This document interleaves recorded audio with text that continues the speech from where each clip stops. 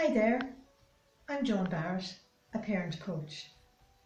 I work with parents with children from tots to teens by offering them skills to manage their children's challenging behaviours. Today I have some easy parenting tips for you. The first one is to act rather than react. Separate the deed from the doer.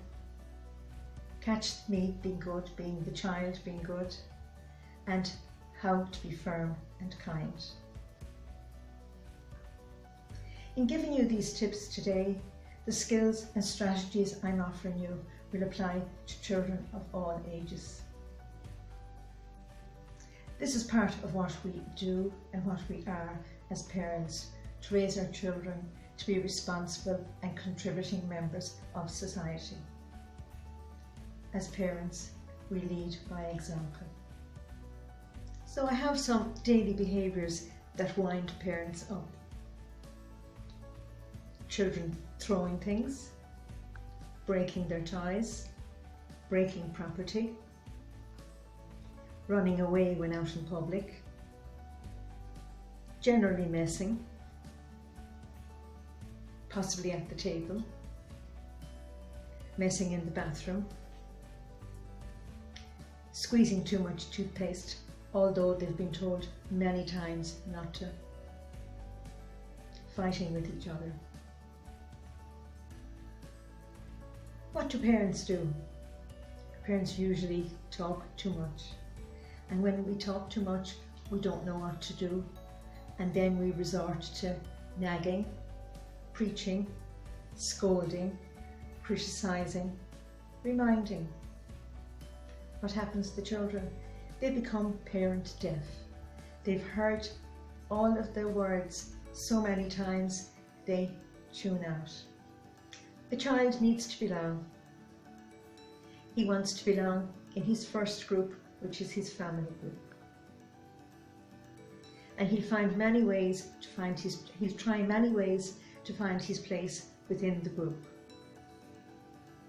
He could be the quiet one, the talkative one, the cheeky one, the clown sometimes, the bold one, or the quiet one, or the good one. When a child feels discouraged, he can misbehave even more. But what a child hears daily from adults can tear his self-esteem. Children have feelings just like adults do. There are no bold or naughty children. What they do may be bold or naughty. Parents don't deliberately talk to punish children, but in the heat of the moment, they do. Parents think the purpose of them talking to change what children do is to change what children do. It's far better to act and to take a child away from a situation or distract them to change the behaviour. So an example of a child misbehaving in a way a parent feels angry. The child is at the table, you're offering food. The child refuses to eat the food. You're doing your best to coax him, to make him eat. Instead, take away the food, give him a choice and say you may leave the table. Later on, the child will come and they'll be saying they're hungry. And you may feel, oh, this is a terrible thing to hear my child say hungry, but in a kind voice say, you may have food in the morning for your breakfast. Don't feel sorry for the child.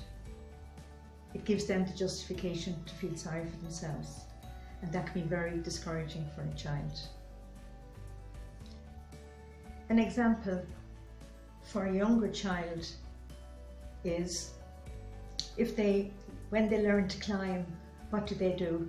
They want to climb up to get the biscuits or the sweets on the worktop or on the table. And when you see the child on the table and they may be in danger, in your opinion, go quietly, take the child down and bring the child to where they can play safely. They will try it again. Next time you see them on the counter or on the table, say nothing, take them down, and you take them down every time until they get the message that it's not safe to be on the table, but it's safe to play where they're playing.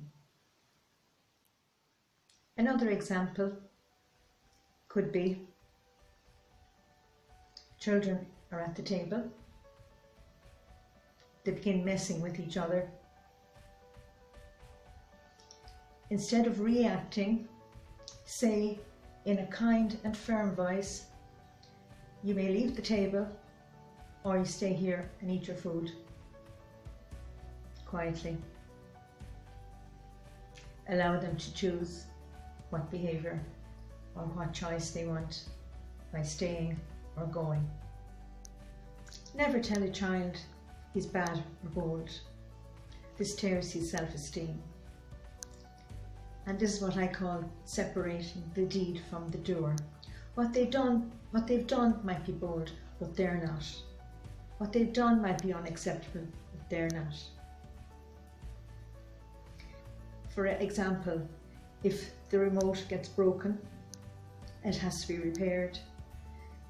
You know the younger child can't afford to repair it, but find another way that they will know what they've done was unacceptable.